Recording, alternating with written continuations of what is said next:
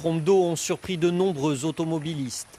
Sous la pluie battante à Agen hier soir, plusieurs passants viennent spontanément en aide à ceux dont les véhicules restent bloqués. C'était la cata, on a essayé de sortir les voitures à la main, les mettre au sec et les démarrer au sec pour en sauver le plus possible. Mais il y en a qui sont bloqués encore en plein milieu de la rue, quoi. Il y en a plusieurs avec le moteur noyé, ça va sortir sur des camions. Aucune victime n'est à déplorer après ce violent orage.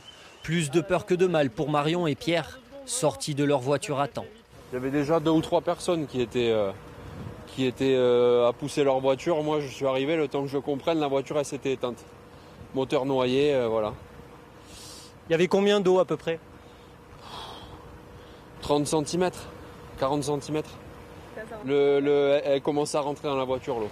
Il est tombé l'équivalent de 2 mois de précipitations en 3 heures à Agen hier, record historique pour la ville.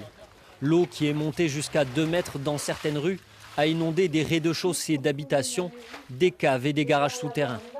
Il y a ma voiture là-dedans, oui. Elle est dans l'eau là pour l'instant, à peu près au niveau des rétroviseurs. Là. Et il y a des caves aussi, et les caves par contre, le niveau de l'eau est beaucoup plus élevé puisque c'est pratiquement au niveau des portes. 3 familles ont dû être relogées par la mairie. Au total, environ 300 sapeurs-pompiers ont procédé à plus de 200 interventions au cours de la soirée. On a mis à la fois des sapeurs-pompiers sauveteurs aquatiques, les reconnaissances ont été effectuées. Nous avons fait à peu près 19 mises en sécurité auprès des automobilistes et également des gens où on a mis en sécurité dans leur premier étage pour les mettre à l'abri. La situation est revenue au calme aux alentours de 23h30. Ce matin, 4 routes départementales restent fermées à la circulation. Tous les établissements scolaires ont pu ouvrir leurs portes normalement.